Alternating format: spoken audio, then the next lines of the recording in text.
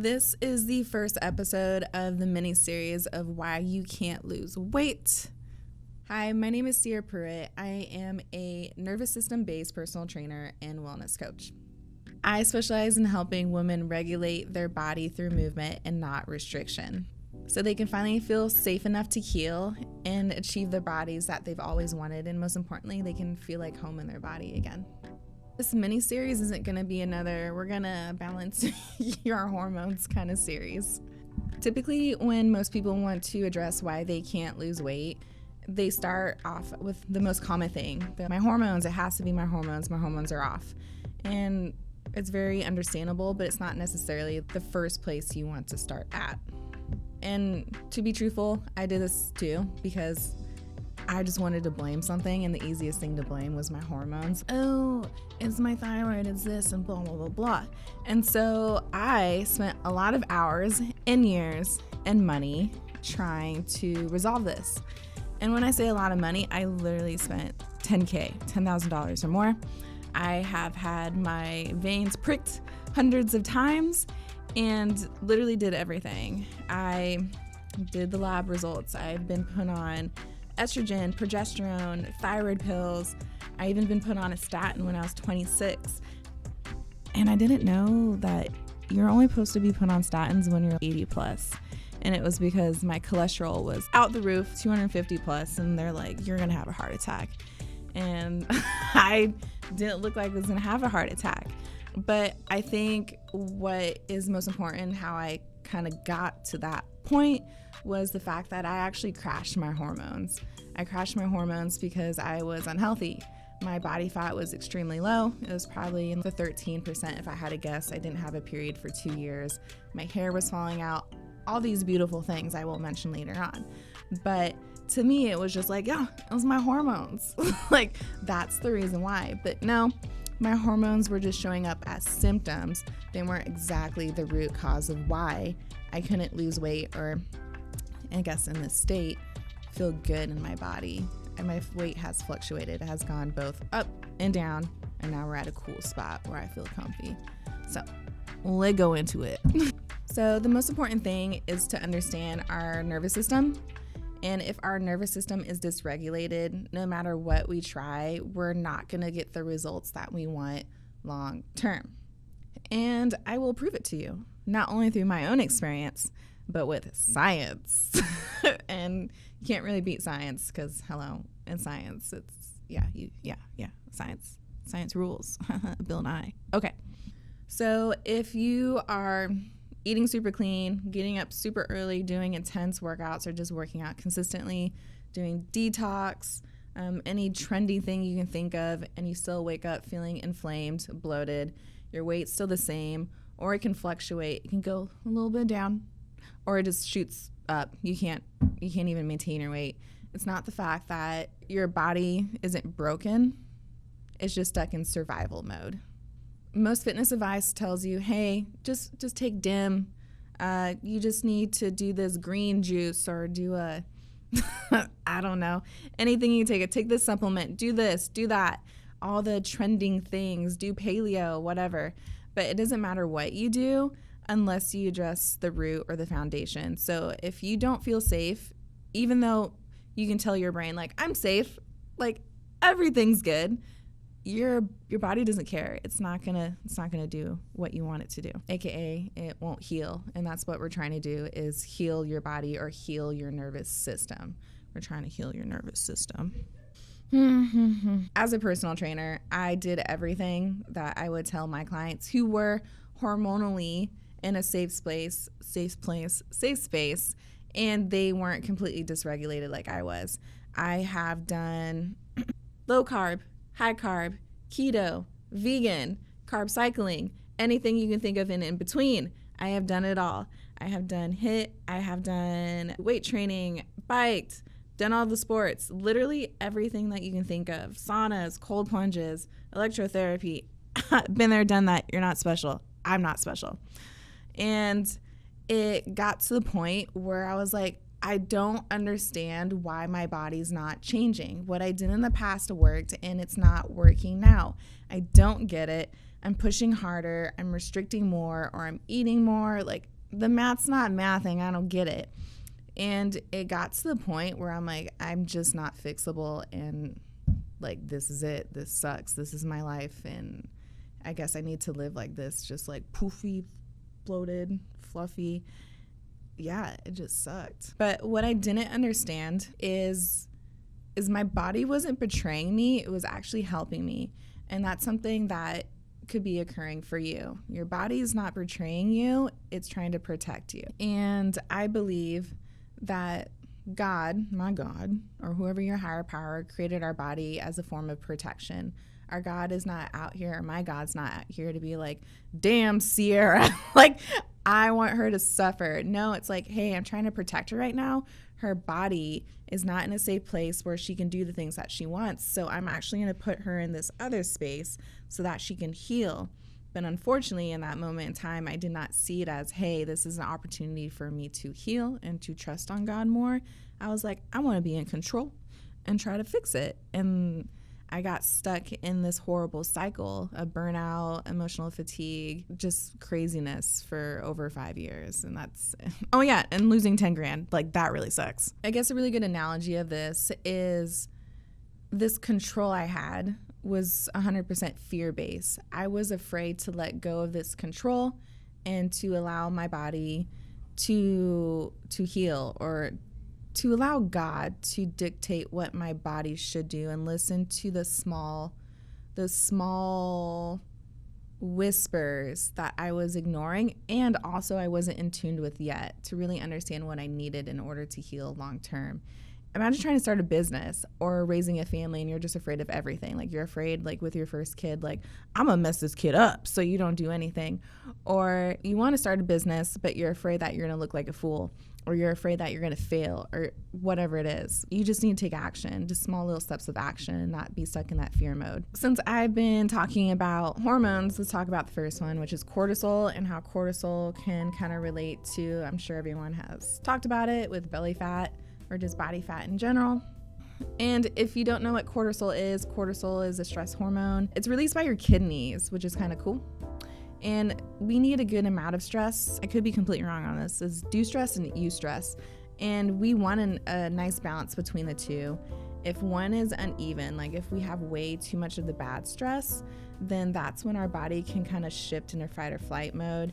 And that's when you think of inflammation, you think of swelling in the face, you think of you have a tire around your abdomen that you can't get rid of. What's kind of quite interesting too is if you look at it through a very spiritual lens, when we gain weight around our abdomen, our body is literally protecting us. So if we were out and about roaming around hunting and gathering, picking berries, and if a lion were to come up and like try to kill us, it's gonna attack our organs first. But if we had a layer of fat between our organs and this tiger or the outdoors, there's a less likely chance that we would get injured, because you gotta scrape through all the fat. So think of it like that, like your body's literally guarding itself, it's protecting itself to be like, hey, we got you, man. It's scary out in the world, but we got you. If you want to get really scientifical, yeah, that's a word, I'm gonna make it up, scientifical about this. When you increase cortisol, there's a good likelihood it's gonna increase glucose. And if there's a lot of glucose in the body or just in the bloodstream, your body's gonna release insulin, but at some point there's gonna be an imbalance between those two as well. So if insulin, okay, so let's say, cool, I got glucose flooding through my body, it's swimming around, and the insulin is gonna come in and take over it. But if I have too much glucose over the insulin, that's when you start getting things like pre-diabetes or just high blood sugar. And in that floating sugar that's in your system, that's going to redeposit as fat because it has nowhere to go. It's not going to go into your liver storage. It's not going to go into your muscles for glycogen storage. It has to go somewhere else. So it's going to stay in the bloodstream. Another thing that does happen too, it dysregulates your thyroid production, and specifically T3. There's a hierarchy of that too. It goes TSH, T4, T3. There's some other processes too, but the T3 one, that's the one that actually causes metabolic changes in your body. And if your thyroid function is low, you have hypothyroidism, and you could be tired all the time, your hair could be falling out, you could have a hard time using the bathroom. There's other signs and symptoms of that as well. When it comes to cortisol and you trying to mitigate it or trying to reduce it or trying to get rid of belly fat, you're not failing. Sometimes the knowledge you don't know prevents you from achieving your goals. For me, when I was working out constantly, eating restricted diets or not eating enough carbohydrates or not eating enough fat, I was putting my body into more stress than what it needed to do to heal. And so if I got more stress, then I'm going to gain more abdominal fat and my hormones are going to start dysregulating from there. But it's not necessarily the root cause of why I wasn't able to lose this belly fat or just fat in general. Let's talk about your central nervous system and then your HPA axis. Central nervous system, we're going to start here in my brain, and it's your brain, spinal column, right? And think about the two different systems. We have parasympathetic, which is rest and digest, and then we have sympathetic, which is fight or flight. Now we're trying to get rid of this dude right here because that's causing a lot of our troubles. Now the HPA axis, think about that more in our brain. So that's going to be your hypothalamus, your pituitary, and then your adrenals. My hypothalamus is in my brain. So is my pituitary, but it's slightly below that. And my adrenals are in my kidneys. It sits on top of my kidneys. That's what releases cortisol. It goes from hypothalamus to pituitary to your adrenals. And then it's like this full looping circle. These three things affect each other, which can affect so many other things in your body as well. So when you're stressed, stress is going to affect your central nervous system and also this axis as well. When you're overstimulated, and overstimulation can be emotional overstimulation, it can be overtraining, it can be undereating, it can be trauma, and literally can be late at night just being like, I'm scrolling on my phone or whatever. Doom scrolling. You're trying to regulate yourself, just not in an effective way that you could choose. I personally didn't know that I was in this sympathetic state literally my entire life. Since birth, it has been rough. But one of the things that came along with it that I didn't realize that was keeping me in this fight or flight mode, I truly believe where you come from does make an effect. So my environment was one of it when I was a kid. It also was the environment I purposely put myself as an adult. The fact that I was under eating, I was overtraining, but most importantly, all the trauma that I didn't process and I didn't know that I had. And it also had to do with the fact that my identity way back then was my career. I put a ton of energy into that, and all I did was become a workaholic. Hey, nobody has time to be a workaholic. That's a lot of energy that's being wasted, but it's a lot of stress. And there's so many things I can go down in that rabbit hole too with, because in my personal opinion, working that hard, and this is totally off topic, and this is how my brain works. I vary tangent.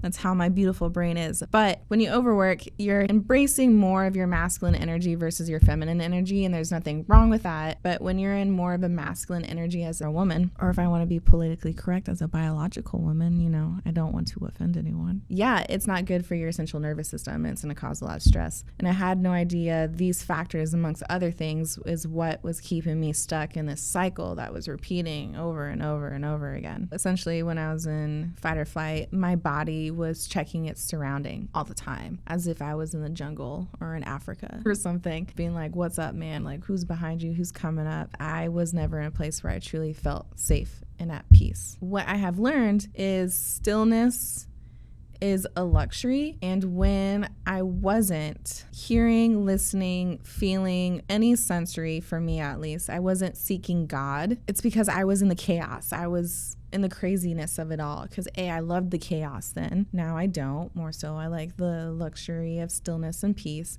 and the peace is where the transfer occurs. Essentially, how I like to view it is the central nervous system is kind of like your compass. It isn't just biology. Yeah, it is, but it also, we can use it in a spiritual sense. When you are dysregulated, Your compass is out of tuned with God, whoever your higher power is, versus when you are regulated, you are in tuned with God. And that's where the peace occurs and the stillness occurs. Not only will your body align with that, but so many other things will too. And your life is just like 500 times better. Random tip, but random fact, Harvard Health has confirmed that chronic stress not only deregulates your endocrine system or your hormonal production, but the chronic stress also affects your digestive system. If you can't even absorb what you're eating, you can't get the nutrients that you want in, you can't use the bathroom, you're gonna feel bloated. There's so many other things that can occur within this. Definitely can dive into that later, but I just wanted to give you a small little tidbit. The next thing would be survival mode, or being stuck in that fight or flight mode prevents healing. When your body's in a constant state of stress, your body's literally only here to help and protect you. And so it's going to halt anything that is quote unquote non-essential functioning. An example of that is reproductive health. For me, that was losing my period for 2 years. And I thought that was really cool because like, who wants a period for 2 years? But then you find out, oh, that's really bad and it can cause things to your uterus, or you might not be able to have kids, or also just like in general, it's not a good thing. It's not healthy. Fun fact, if it's been like 3 months, go to the doctor. Don't wait after like 2 years like me and be like, I haven't had a period. It's been cool. Another thing, not only ovulation, it can be estrogen detox. Estrogen's a great thing. It makes you beautiful. It makes us who we are, women. We want estrogen in our body, but when you have too much, it's an imbalance, and that can cause some symptoms. It can prevent you, like I said, from actually digesting and absorbing things that we need. Your gut could be off. A very common thing you will hear is, oh, I have IBS, or I have SIBO, or I have leaky gut. Those are all correlating to, hey, your nervous system is dysregulated, you're in survival mode. Another thing that we all want is the ability to burn fat. Or in some cases, there's a lot of women too who want to build muscle so they can tone. Toning's cool. We want to look fit. Hey, even if you did a detox and afterwards you're like, I'm still bloated, I still have this tire.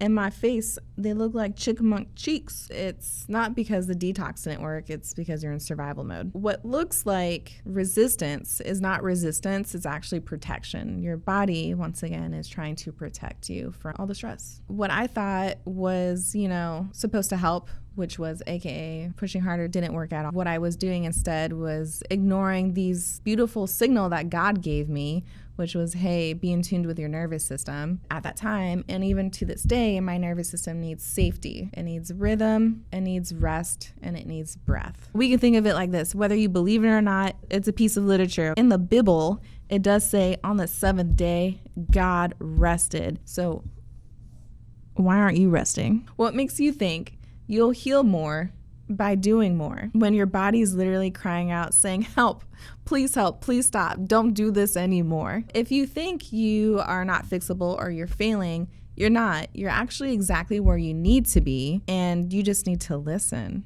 to this lesson. You're being called to be in rhythm with your body, to be in peace with your body, but will you answer the call? There is a hierarchy of hormonal production in order to achieve healing. I kind of touched on this when it came to the HPA axis and your central nervous system. We're just going to go right back into it.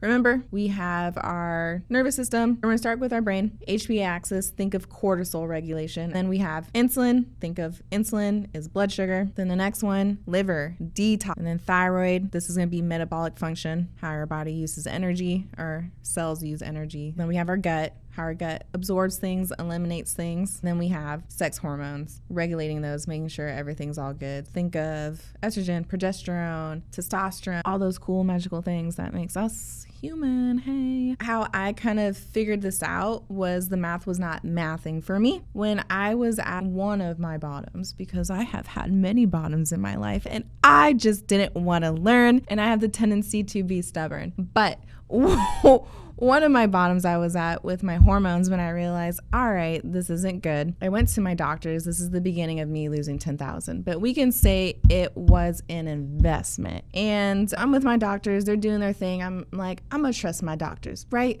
We don't trust the doctors. Well, after like months of trusting my doctor and not feeling good and feeling worse, and literally it got to a point I was no lie, I was so pissed off. I couldn't sleep. I didn't want to eat. I was so exhausted. So I get to this appointment, right? And the doctor, he comes in And he's like looking at me. This man sent me home with a sleep test, and I did it, and I went back, and he's like, it didn't work. You gotta do it again. So I did again. He's like, it didn't work.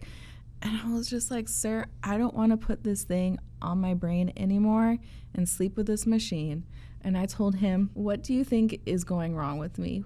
We've done so many experiments. What is happening? He was like, I have some hypotheses. And I said, okay, what are your hypotheses? He said, I don't know.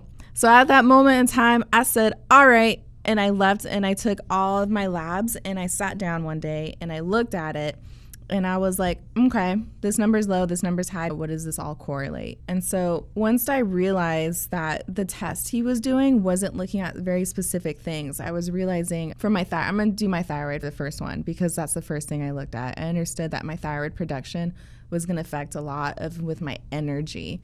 And me sleeping for hours a day and still feeling like I got hit in the face 24/7 by a freight train, I knew I had to fix that. He only tested my TSH, nothing else. And I was like, there's so much more underneath the TSH than that one marker. And I asked him, can you check my T3 level? And he was like, no.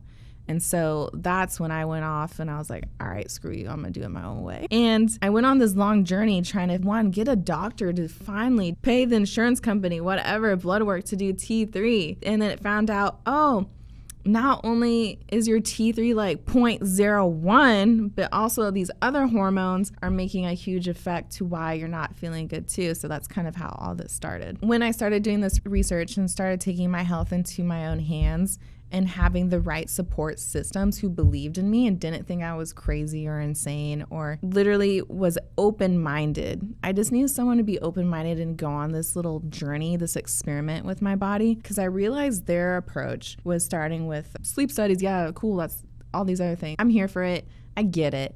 But they weren't thinking outside of the box. They went from top to bottom. I needed to go from bottom to top. They were looking at me like another patient, but only looking at very general markers instead of looking at like, hey, I can literally just look at me or look at someone or whoever and like know where they are nervous system wise. Are they dysregulated or not? And how to, if I wanted to help them get to their goal. When I started to view my body, okay, we need to start from the ground up to fix my nervous system, because then that's when everything trickled in. Once I took this approach from bottom up, this is when I started to be able to sleep better. The food that I was putting into my body was actually being absorbed, not just hanging around in my gut, feeling like I had 5 pieces of loaves of bread just hanging out all day. It's when I actually got my period back. It did take time, but I got my period back. My hair didn't start falling out anymore.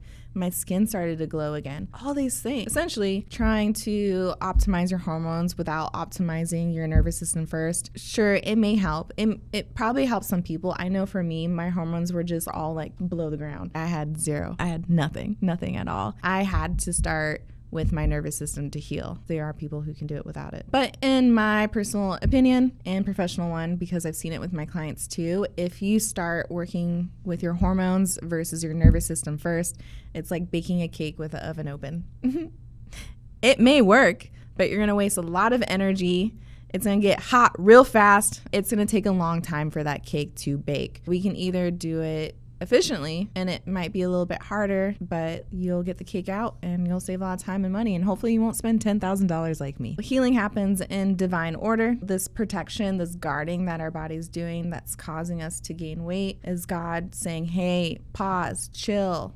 Let's work on the foundation or the hard stuff first, because nobody likes to do the work. And then you can achieve the goals that you want to achieve. True transformation follows alignment, not ambition. The next thing is using movement as a nervous system regulator. I believe movement is required to help regulate your nervous system, but not all movement is good movement. A prime example of this is, I'm gonna take HIIT workouts. Anything that's very intense is not going to be good for your body when your nervous system is dysregulated. You can think of HIIT classes, boot camps, doing sprints, long distance running. If you're like really like marathon training, think of it like that. Any like form, or I should say, when you feel like your brain, I don't know if you've gotten to this point before, where your brain is just like fried and when you're done with your workout, you have to go home, you take a nap because you're that exhausted, then that's a clear sign that your body's saying, hey, this is a lot of stress I can't handle yet. It's not a matter you can't in the future. It's just right now you need to do movements that are much more relaxing and calming. Otherwise, you're going to be stuck in this cycle, or this burnout cycle, or the stress cycle of I try, I see some progress, oh no, and we go back down because my body says, no, I feel good, I feel bad.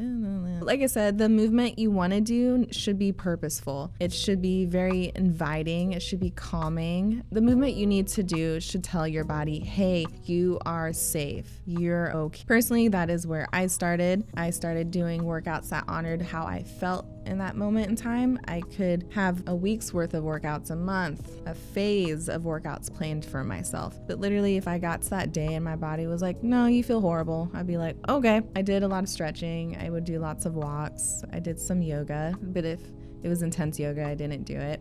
And I still did weight training, but I did weight training or resistance training just a little bit differently. Instead of working out in my past, I would work out like an hour and a half to 2, because I literally was destroying my body. If you want to go down that rabbit hole and be a little personal, I was using it as a form of punishment too, but that's a whole other train track. What I did when I was trying to heal my nervous system, and I'll do that too depending on how I feel, is blocks of 20 to 30 minutes where I would create enough stimulus in order for me to maintain the muscle mass that I did have. My goal was not to build muscle. I understood in order for me to build muscle, I needed to push that threshold a little bit more, and my central nervous system couldn't take it, because you can tax the body in different ways. For example, you can hit your central nervous system or your metabolic pathway. Think of your central nervous system like you're lifting heavy weights, and you'll hear lots of fitness professionals like me say you need to lift heavy weights to build muscle. Yes, that's correct, but it needs to be the right stimulus. It doesn't necessarily need to be heavy. And then there's metabolic. Think of metabolic more like cardio, like high reps. There's a lot more you can get into, but those are the 2 ways you can do it. When I stopped chasing burning calories, eating only a certain amount of calories, and focused on creating safety, that's where things shifted, and I actually started to see the progress that I wanted. So motion with intention becomes your medicine. Think of it like your body's a temple. Do you want to be like me, who is going to beat their body to a pulp? Or do you want to honor your body and treat it like a temple, and treat it with honoring movement, peaceful movement that gives life and not takes away life? Dead. I can't with myself right now. Another fun fact, breath-centered movement. Think of yoga, or even when you work out with weights, you can do this too. It improves your vagus nerve. Cool thing about the vagus nerve, homeboy, if you don't notice people going like, oh, I'm gonna rub this, it literally goes all the way down your body. It's this huge nerve. That's why people put like cold water on their face and whatnot. If you stimulate that, you increase that nerve tone, and that's gonna help with your central nervous system too. You want that to be as strong as possible. And if it's strong, it reduces your cortisol or your stress levels, which is what we want. Now, the last thing is physical activity must be the right stimulus. This is a little bit more on what I just talked about, like hitting your central nervous system, your metabolic system. And this is exactly why I train myself and also my clients based upon their current nervous system today, not in the past and not in the future, but where they are right now. It's not at all about pushing harder. It's about recalibrating their body with the right kind of stimulus. And when I mean stimulus, I mean safe, progressive, body-informed strength or movement or mobility or flexibility, whatever I do with my clients at that time. Question for you, what if your workout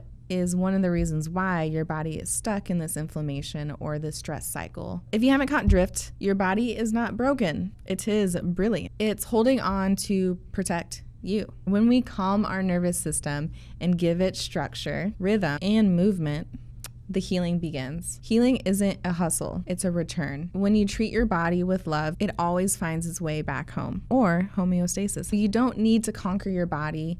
You need it to come back to you. You need to be present with your body. You need to be one with your body. You need to feel your body. That is why I created my pain-free blueprint. It's uber duper cool. Let me tell you about it. It's for a woman like you who feel like they're stuck or they're not fixable and have tried everything that they possibly could. Inside of it, it's super simple. It's a step-by-step guide that helps you just feel body with certain portions of it. So if you notice, hey, I got a lot of stress in my traps, or my hips are tight, or I can't touch my toes because my hamstrings said no. It will help you feel calm and give you more peace at the end of the day, and hopefully give you some back mobility. When you try to use some of the tips we talked about today with your workouts, you can move through those workouts a little bit more efficiently and effectively. And most importantly, start regulating your nervous system so you can improve your hormones long term, so you can lose the fat, build the muscle, and achieve that body you've always wanted or have had in the past. Where to find it? It's in the link below. Just click the link. If you can't find it, just comment in the sections below and say, hey girl, what's up? Give me that pain-free blueprint and I'll help you with that. I can email it to you or whatever. Next time we're gonna talk about insulin and how that affects your body, and why insulin resistance, and even when you're eating quote unquote healthy meals, it might be spiking your stress levels and blocking your fat loss. Definitely follow, subscribe, like, comment, share, do all the things. But other than that, I'll check you out next time. Bye.